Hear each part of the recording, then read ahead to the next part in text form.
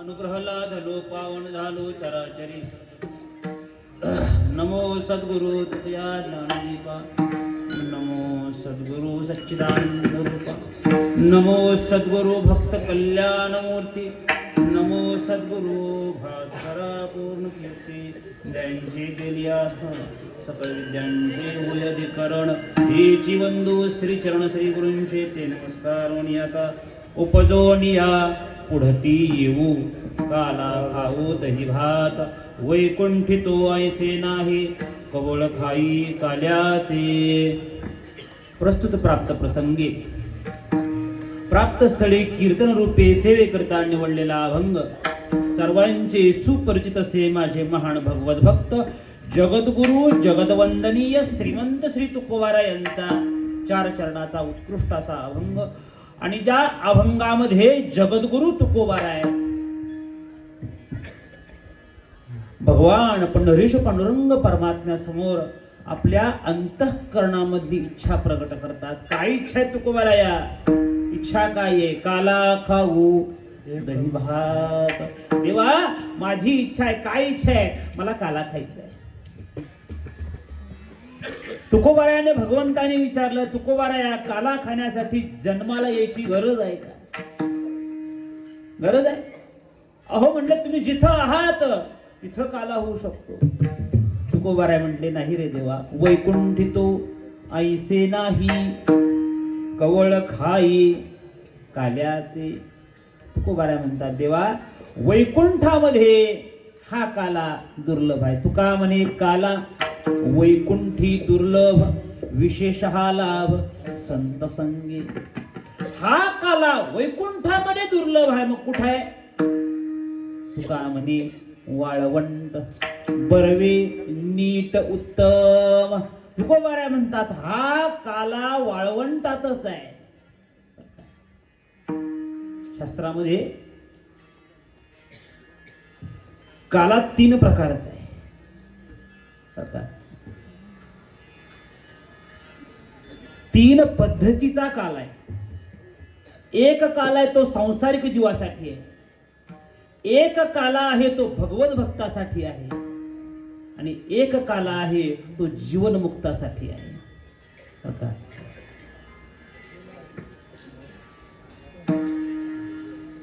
हरिनामाचा खिचडी काला, प्रेमे मोहिला साधने भक्तासाठी. भक्ताला काला दिला कोणता? जिथं प्रेम आहे आणि भगवंताचं नाम आहे तो भक्ताचा काल आहे. जिथं दही आणि लाही आली, जिथं दही आलं आणि जिथं लाही आली तो सामान्य जीवाचा काल आहे. आणि इथं जीव आणि परमात्मा ऐक्य झालं तो जीवनमुक्ताचा काल आहे. मग जगद्गुरु तुकोबारायांना जो काला अपेक्षित आहे तो कोणता काला अपेक्षित आहे? तुकोबारायांना जीवनमुक्ताचा काला अपेक्षित नाही, तुकोबारांना सामान्य जीवाचा काला अपेक्षित नाही, मग काला कोणता अपेक्षित आहे? जिथं देव आणि भक्त येतात, जिथं देवाचं आणि भक्ताचं प्रेम एक होतं, तो काला तुकोबारांना अपेक्षित आहे. आणि तो काला करण्यासाठी तुकोबारा म्हणतात उपजोनिया पुढती येऊ काला खाऊ दही भात. आम्ही काला खाण्यासाठी म्हटले मृत्यू लोकामध्ये पुन्हा जन्माला येऊ. तर काल्याचं कीर्तन असल्यामुळे जास्त काही चिंतन अभंगाकडं न वळता बरं का, ज्या काल्याचं वर्णन तुकोबाराय करतात तो काला भगवंतांनी ज्या ठिकाणी केला ते ठिकाण कोणतं आहे?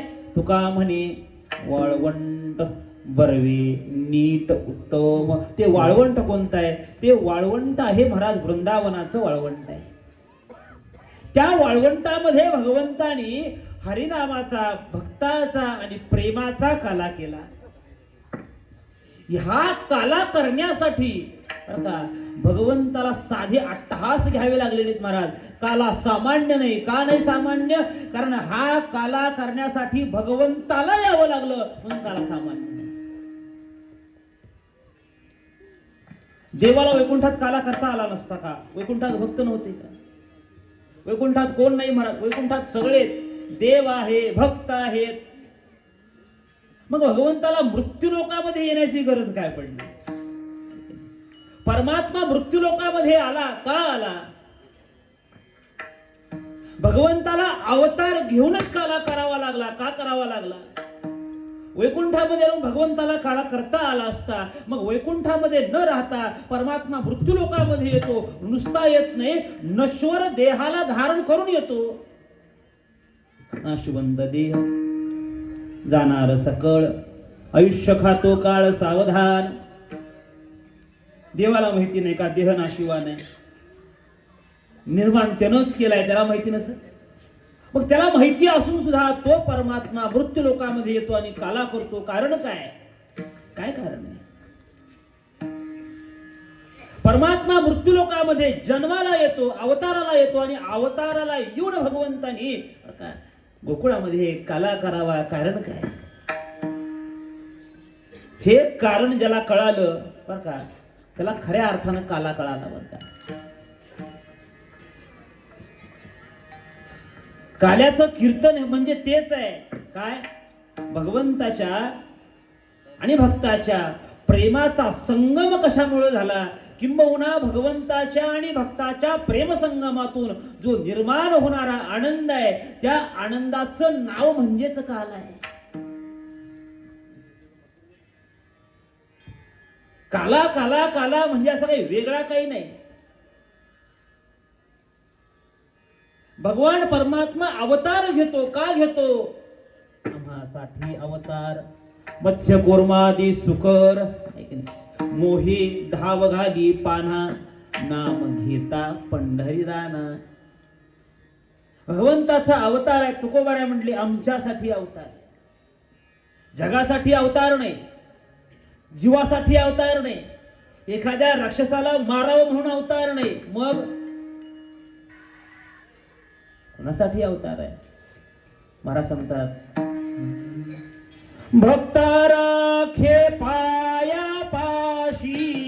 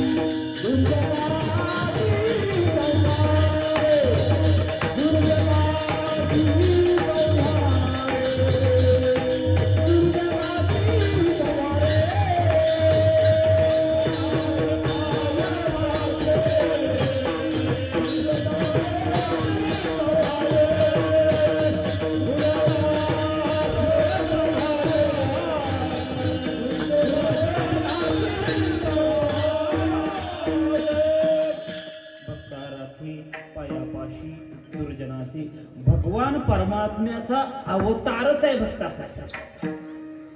दुष्ट हा निमित्त आहे महाराज. दुष्ट हा काय आहे? निमित्त आहे. मूळ कोण आहे? भक्त आहे का नाही? थोडस व्यवहारामध्ये थोडं व्यवहारातलं बोलून तुम्हाला लक्षात येईल.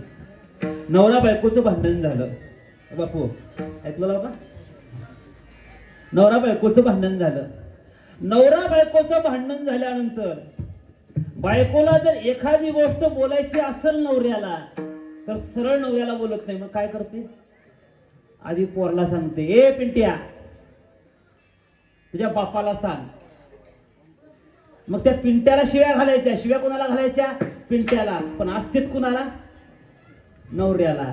पण डायरेक्ट शिव्या देता येत नाही, म्हणून काय करायचं? पिंट्यावर घालून काय करायचं? नवऱ्याला शिव्या द्यायच्या. तसं भगवान परमात्मा अवतार घेतो. निमित्त राक्षसाचं आहे. निमित्त कुणाचं आहे? राक्षसाचं आहे. मूळ मात्र भक्त आहे. का भक्त आहेत? कारण भक्ताच्या संगतीमध्ये जो आनंद आहे तो भगवंताला महाराज कुठेही मिळत नाही. तया संगाची सुरवाडे मद विदेहा देह धरणे घडे किंबहुना आवडे निरूप. अर्जुना, अरे माझा विदेह असणारा मी, पण त्या भक्तासाठी किंबहुना आवडे, अरे मला ते आवडतात म्हणून माझा अवतार आहे. दोरी दोनी भुजा अलो घेवोनी अलिंगावया लागोनी तयाचे अंग तया संगाचे निसरवाडे. भगवान परमात्मा अवतार घेतो कुणासाठी? भक्तासाठी. तसं या द्वापार युगामध्ये भगवंताचा अवतार झालेला आहे. का झाला भगवंताचा अवतार?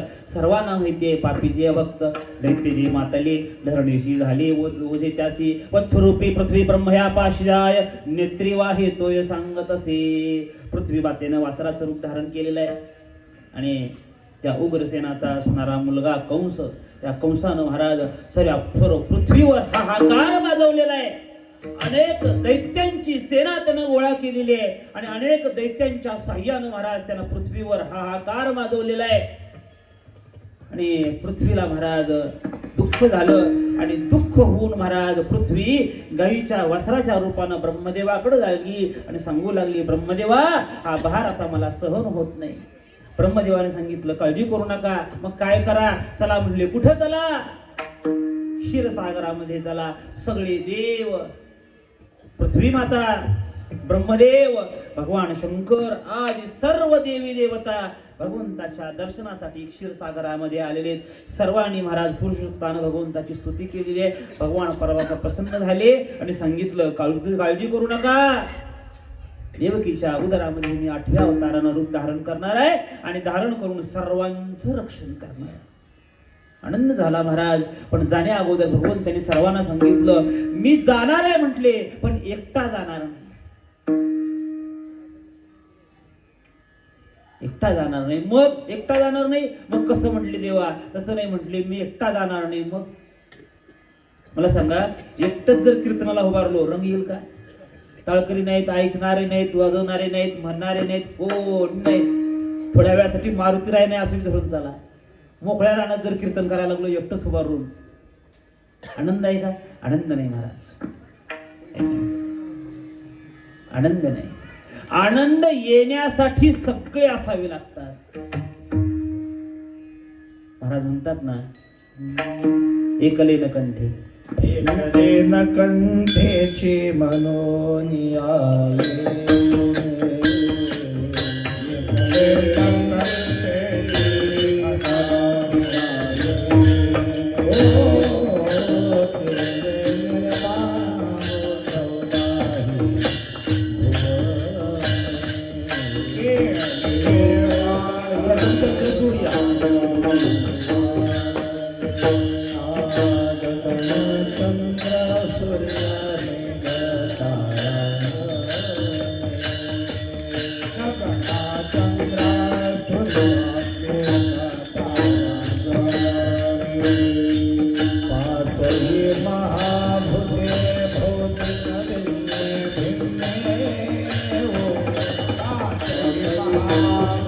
काला धुया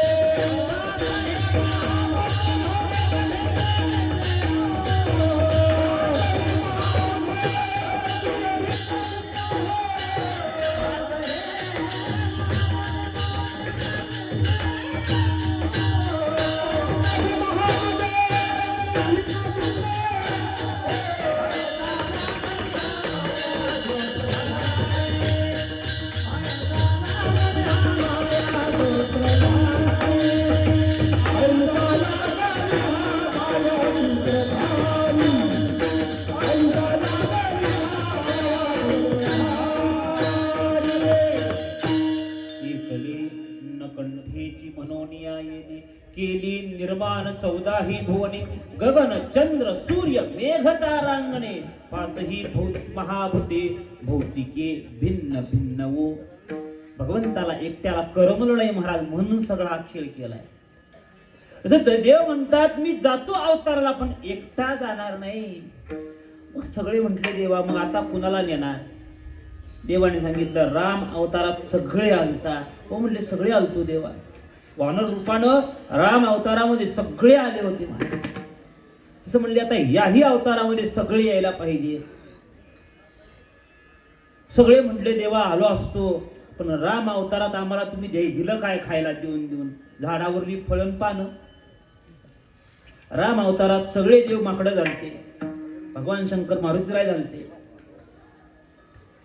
भगवान शंकर म्हणले देवा राम अवतारामध्ये तुम्ही दिलं म्हणले खायला पण दिलं काय. काय दिलं. दोघं नवरा बायको मस्त पंचपक्वान्न खायचा म्हणले ना आम्हाला मात्र काय झाडावरली फळं वाळलेली पानं. राहायला झाडावर थंडी वाजली तर तेच पांघरून घ्यावं. राम अवतारात फार अवस्था बिकट झाली म्हणले देवा या अवतारात नको. भगवान म्हणले तसं नाही. मग काय या अवतारामध्ये तुम्हाला सर्व सुखाची प्राप्ती मिळणार आहे. मग काय मिळणार आहे. नाही देखिले ते मिळे भोग सुखाचे सोहळे. या अवतारामध्ये तुम्हाला ते मिळणार आहे जे आजपर्यंत तुम्ही कधी पाहिलं सुद्धा नाही. सगळे भोग सगळी सुख मिळतील असं ना. हो म्हणले असं ठीक आहे म्हणले मग अवताराला हरकत नाही. आणि असं म्हटल्यानंतर महाराज सगळ्या देवा दिगाणी महाराज भगवंताच्या अगोदर गोकुळामध्ये अवतार धारण केलेला आहे. वेदाच्या श्रुती होत्या महाराज. श्रुतीने भगवंताला विनंती केली देवा आजपर्यंत तुझी फक्त शब्दानं स्तुती केली. आजपर्यंत तुझ्या रूपाचं आम्ही वर्णन केलं. तुझ्या गुणांचं वर्णन केलं. तुझ्या स्वरूपाचं वर्णन केलं. तुझं वर्णन आम्ही आजपर्यंत फक्त शब्दानं केलं. आणि भगवंत आता आमची विनंती आहे. काय विनंती आहे. श्रुती म्हणते देवा ज्या रूपाचं आम्ही वर्णन केलं त्या रूपाचा भोग आम्हाला घ्यायचा आहे. ते रूप कसं आहे हे आम्हाला पाहायचं आहे. श्रुती नेती नेती म्हणती गोविंदू रे. श्रुतीला परमात्मा शब्दानं कळाला नाही महाराज. कारण परमात्मा ही मुळात वस्तूच नाही महाराज शब्दानं कळण्याची. आलं का लक्षात? विस्तव गरम आहे हे सांगून कळतं का भाजल्यावर कळतं? कसं कळतंय? भाजल्यावर कळतंय का सांगितल्यावर कळतंय? भाजल्यावर कळतंय, सांगितल्यावर कळत नाही महाराज. तसं परमात्मा सुंदर आहे हे सांगून कळत नाही, पाहिल्यानंतर कळतं, अनुभव घेतल्यानंतर कळतो. परमात्मा आनंद रूप आहे अनुभवानंतर. श्रुती म्हणते देवा तुझं रूप, तुझे गुण, तुझं सुख आतापर्यंत फक्त शब्दानं वर्णन केलं रे. त्या सुखाचा, त्या रूपाचा, त्या गुणाचा आम्हाला भोग द्यायचा आहे. भगवंतांनी सांगितलं काय इच्छा आहे? इच्छा काही नाही म्हटले, तुझ्या अवतारासोबत आम्हाला अवतार घ्यावा इच्छा आहे. ठीक आहे म्हणली घ्या. आणि मग महाराज गोकुळामध्ये सर्व श्रुती गोपिकेंच्या रूपानं भगवंताच्या अगोदर त्या गोकुळामध्ये अवताराला आलेले. म्हणून गोकुळामध्ये जन्माला आलेल्या स्त्रिया सामान्य नाहीत महाराज. सामान्य नाहीत. कोण आहेत त्या? त्या साक्षात वेदाच्या मूर्तिमंत श्रुती आहेत. ज्या शब्दानं, ज्या वाक्यानं वेद भगवंताचं वर्णन करतो ते शब्द म्हणजे त्या गोपिका आहेत.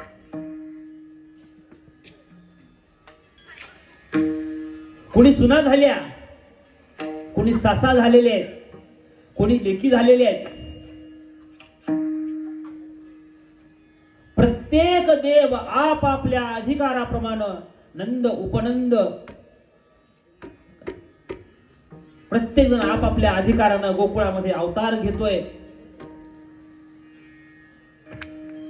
लक्ष्मणाची वेळ आली, क्षमा करा, शेषाची वेळ आली. सांगितलं शेषाला, शेषा त्याला आता अवतार घ्या. शेष म्हणले नको देवा. म्हणले काय झालं शेषा? काही नाही म्हटले देवा, राम अवतारामध्ये फार सहन केलं म्हटले. म्हणले काय सहन केलं? काय सहन केलं तू? बायको माझी नेमती म्हणजे राहून ना, तुझी नव्हती, तू काय सहन केलं?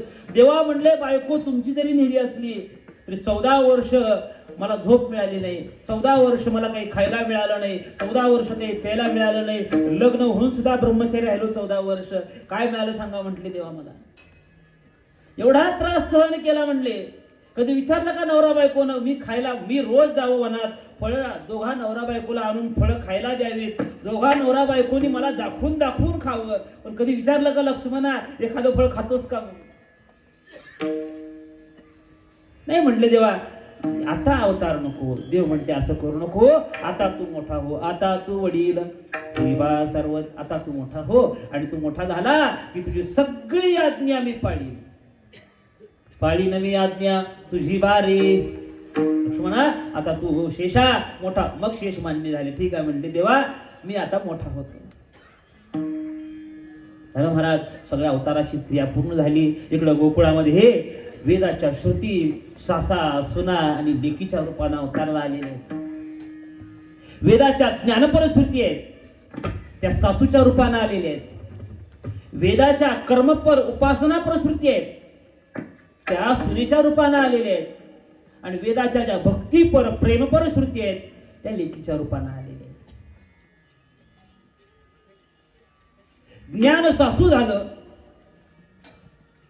कर्म उपासना सून झालं, आणि भक्ती जी आहे ना भक्ती मात्र लेक झाली. बरं ज्ञान सासू झालं का? कारण ज्ञान स्वतंत्र आहे. ज्ञान स्वतंत्र आहे. ज्ञानाला कुणी बांधू शकत नाही, किंबहुना ज्ञानाला कसलंच बंधन नाही महाराज. कारण ज्ञान हे जीवाला बंधनातून मुक्त करणार आहे. म्हणून ज्ञान स्वतंत्र आहे. जो स्वतः बांधला गेलेला असतो तो दुसऱ्या बांधलेला सोडवू शकत नाही. म्हणून ज्ञान हे स्वतंत्र आहे. आणि स्वतंत्र असल्यामुळं ज्ञान सासू झालं महाराज. कारण सासू कशी आहे हो? स्वतंत्र आहे. सासूला कोणाचं बंधन आहे का? नाही महाराज, बंधन नाही. आता ते हा काळ द्वापार युगातला आहे बरं का, कलियुगातलं नाही. आता कलियुगात सासूला बंधन आहे, सुनाला नाही, उलट झाले आता कलियुगात.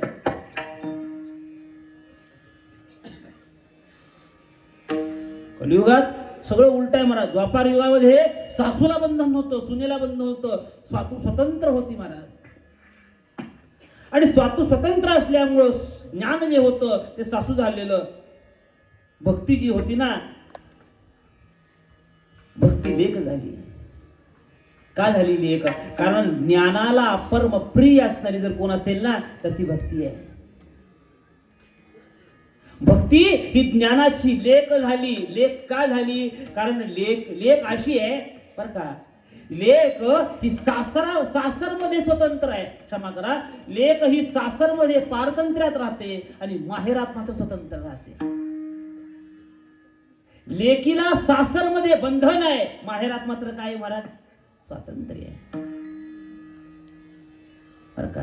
म्हणून तर महाराज संत महात्मे स्वतःला संतांची लेक म्हणून घेतात. लाडकी लेक मी संतांची,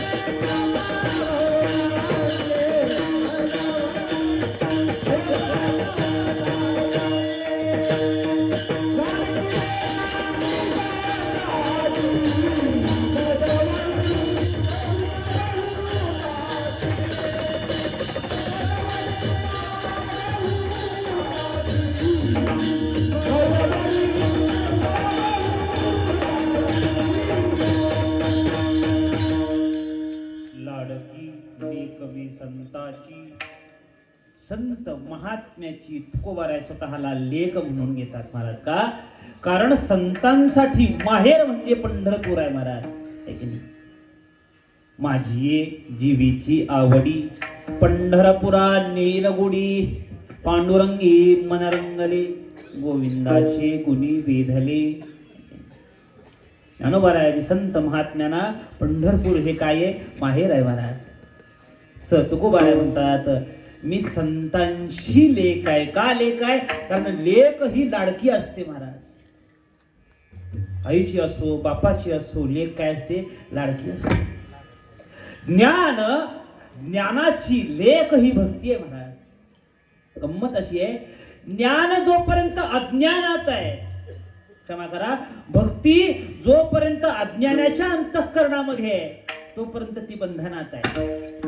आणि ज्या दिवशी तीच भक्ती ज्ञानाच्या अंतःकरणामध्ये प्रगट होते त्या दिवशी ती स्वतंत्र होते महाराज. कारण स्वातंत्र्यामधलं सुख त्यालाच कळतं ज्यानं पारतंत्र्य भोगलेलं आहे. स्वातंत्र्याचं सुख काय हे कुणाला विचारा? सासूरवासिनीला विचारा. जिला सासूचा जाच आहे तिला काय, तिला स्वातंत्र्याचं माहेरचं सुख काय असतं तिला कळतं बरं का. आणि हे आजकालच्या पिढीला माहिती असलं असं मला वाटत नाही. कारण का? कारण आजकाल सासूच राहिली नाही, मला तर त्रास कोण देणार आहे? कारण पोरगी बघायला गेलं की आई बापाचा पहिला प्रश्न असतो, पोराला आई बाप आहेत का नाहीत? आणि आहेत तर कुठं ठेवणार? इथं ठेवणार का गावाकडे ठेवणार? आणि गावाकडे ठेवणार तर पोरग कुठं राहणार? पुण्याला राहणार का गावाकडे राहणार? आणि गावाकडे जर पुण्याला राहणार तर आई बाप कुठं राहणार? पुण्याला का गावाकडे? अट एकच, पोरगी लातूरला आणि मायबाप कुठं?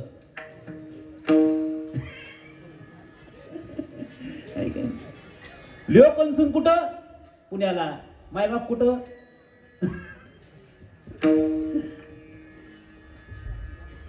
स्वातंत्र्य, प्रत्येकाला स्वातंत्र्याची अपेक्षा आहे.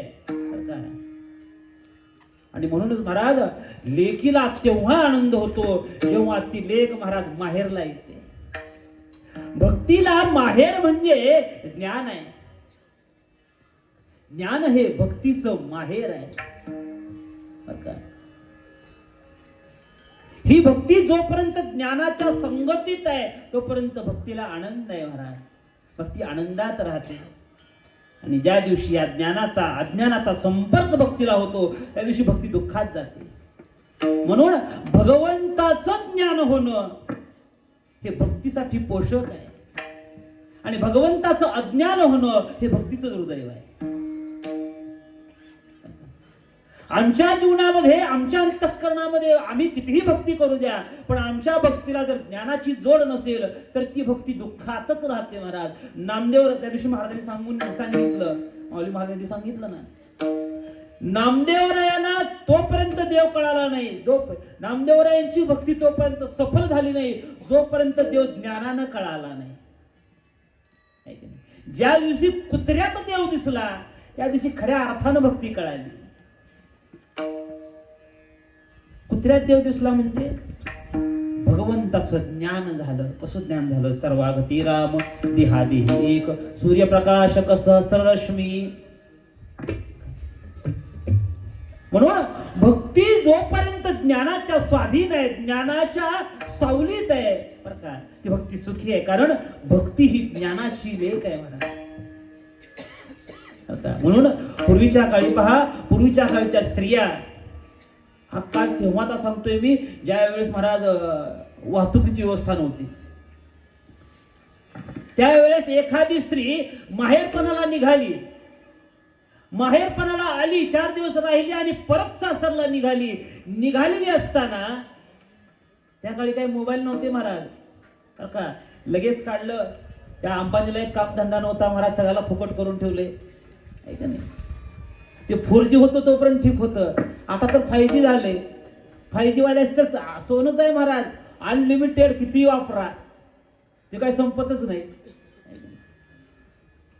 काय झालं का नाही लगेच व्हिडिओ कॉल. प्रश्न माझा असा आहे, या टेक्नॉलॉजीच्या, या विज्ञानाच्या युगामध्ये आईचं आणि लेकीचं प्रेम राहिलंय का? नाही राहिलं महाराज. ते प्रेम आता राहिलं नाही. का राहिलं नाही? कारण अति परिचय झाला महाराज. पूर्वीच्या काळी एखादी जर व्यक्ती मेली आणि तिचा जर निरोप पाठवायचा म्हणला तर महिन्याच्या महिने लागायचे महाराज निरोप पोचायला. आहे रे बापू तुमच्या लहानपणी? एखादा माणूस जर परगावी मेला तर दुसऱ्या गावचा मेलेला माणूस मेला हे कळायला महिन्याच्या महिने लागायचे. अशा काळामध्ये एक लेक महाराज माहेरावरून महाराज परत निघाली. आणि परत निघाल्यानंतर त्या बैलगाडीत बसलेली आहे. तर मला सांगा, बैलगाडीत बसलेल्या त्या सुनेचं, त्या लेकीचं तोंड कुठं असतं? बैलाकडे असतं का गावाकडे असतं? कुठं असते? ही नव्या नाही जुन्या म्हाताऱ्या सांगा, कुठं असते? गावाकडं का बैलाकडं? कुठं असते? गावाकडं. का? कारण तिला माहिती आहे आता मी निघाले, पुन्हा कधी परत येईल मला माहिती नाही. आज जिवंत चालली आहे, आज गेलेली उद्या येईल का नाही मला माहिती नाही. आणि त्या लेकीचं अंतःकरण महाराज भरून येतं. महाराज सांगतात कन्या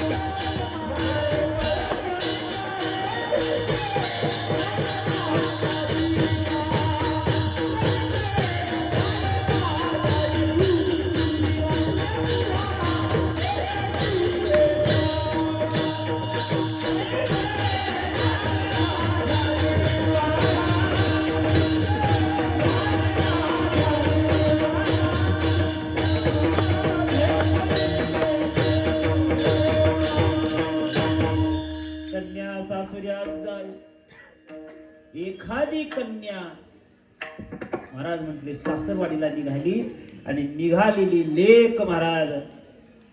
पूर्वीचा काळ असा होता महाराज, एखादी जर मुलगी माहेरला निघाली ना तर सगळं गाव महाराज तिला भेटायला यायचं, सगळं गाव तिला घालवायला यायचं.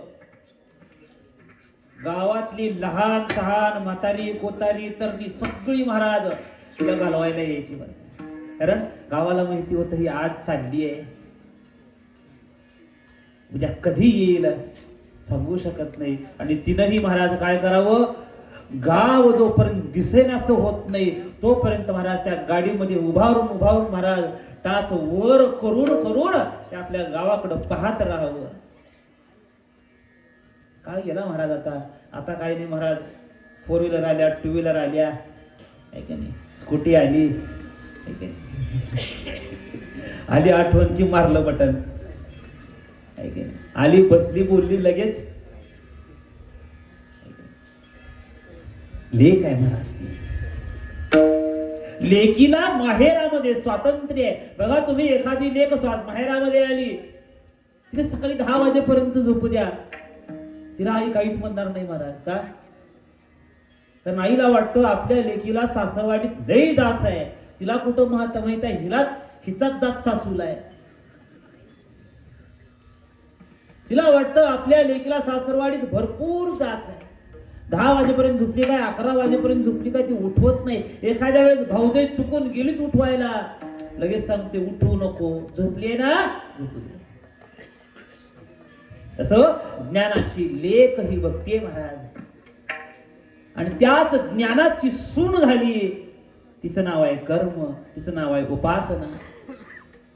कर्म नेहमी पारतंत्र्यात आहे महाराज.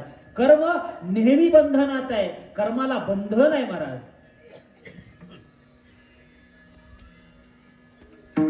ते गीतेमधली श्लोक आहे बघा.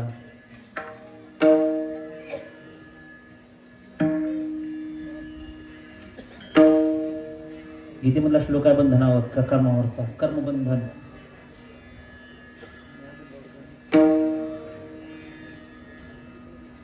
कर्मणो ह्यपि बोद्धव्यम बोद्धव्यं च विकर्मणः अकर्मणश्च बोद्धव्यं गहना कर्मणो गतिः. देव सांगतात अर्जुना, जगामध्ये सर्वात मोठं बंधन जर कोणतं असेल ना, तर ते कर्मबंधन आहे.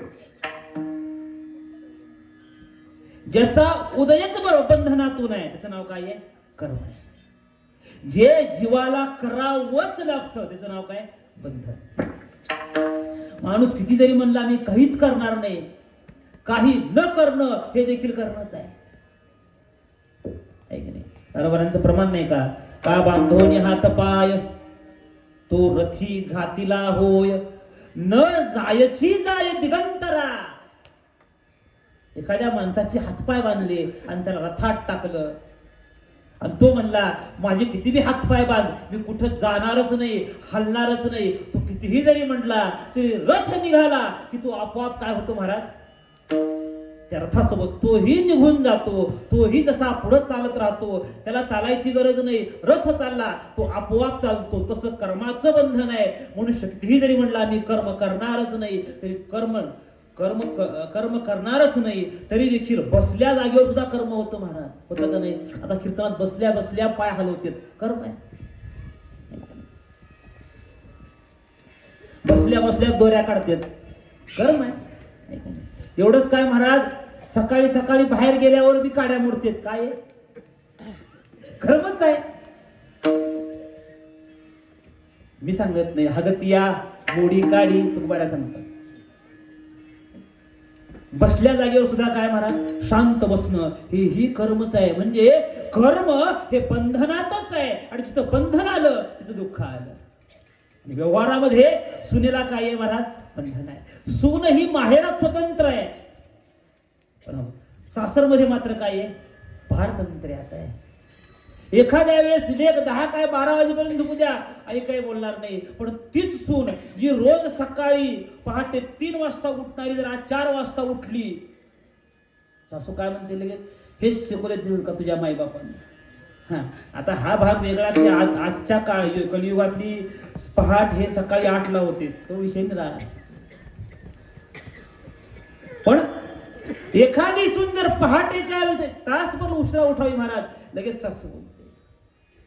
म्हणून कर्म हे जे आहे ना, जास्त लांब होत नाही. आता कर्म जे आहे ना, हे सून झालं. कोणी सुना, कोणी लेकी, कोणी एकी स्वतंत्र अवतार झाला महाराज. इकडं मथुरेमध्ये कंसानं आपली चुलत बहीण असणारी देवकी वसुदेवाला देऊ केलेली आहे. वसुदेवाचं देवकीचं लग्न झालेलं आहे. कंस दोघाला घेऊन निघालेला आहे, आणि निघालेला असताना आकाशवाणी झाली. आकाशाची वाणी सांगते कंसा, मानी हा भरवसा बोलण्याचा देवकीच्या गर्भा येईल भगवान रक्षील ब्राह्मण गाई भक्त राग आला घरात हिचं पोरग मला मारणार हिलाच मारून टाकतो बाजूला खडग पडलं होतं उचललं महाराज पळत आला मारावया खडग घेऊन धावला हात तो धरिला वसुदेवाने हात पकडला कौसाला सांगितलं कौसा काय करतोय स्त्री बालक आणि नपुंसकाची हत्या क्षत्रियाने करू नये कौसानं सांगितलं हीच माझा काळ आहे वसुदेव म्हणतात ही काळ नाही मग हिचं मूल तुझा काळ आहे आमचं येणार प्रत्येक मूल तुला देईन सोडून दे सोडलं महाराज दोघाला नेऊन कारागृहात टाकून दिलं दिवस गेले मास गेले काल गेले वर्ष गेले आणि माझ्या देवकी मातेला पहिलं मूल जन्माला आलं पहिलं मूल कंसाला दिलं पहिलं मूल कंसानं मारलं दुसरं मारलं तिसरं मारलं चौथं मारलं पाचवं मारलं सहावं मारलं पहिली 6 मुलं कंसानं मारली 7वा गर्भ स्वतः शेष नारायण देवकी मातेच्या उदरामध्ये प्रगट झालेले आहेत आणि प्रगट झाल्यानंतर भगवंताने तो गर्भातून काढला आणि योगमायेच्या सामर्थ्यानं संकर्षण करून वसुदेवांची दुसरी पत्नी असणारी रोहिणी माता जी गोकुळामध्ये नंदराजाच्या घरी राहत होती तिच्या गर्भामध्ये नेऊन ठेवला 8वा गर्भ स्वतः भगवान परमात्मा देवकी मातेच्या उदरामध्ये प्रगट झालेले देवकी मातेचं तेज महाराज तेज पुंज असं महाराज तेज प्रगट झालेलं आहे आणि श्रावण वद्य अष्टमीला रात्री 12 वाजता भगवान परमात्म्याची बालमूर्ती देवकी मातेच्या समोर प्रगट झालेली आहे चतुर्भुज रूप धारण केलेलं आहे देवकी मातेला दर्शन दिलेलं आहे देवकी मातेने विचारलं आणि ते तेज पाहिलं महाराज काय तेज होतं महाराज भगवंताचं महाराज वर्णन करतात सहस्त्र दीपे दीपक प्रकाश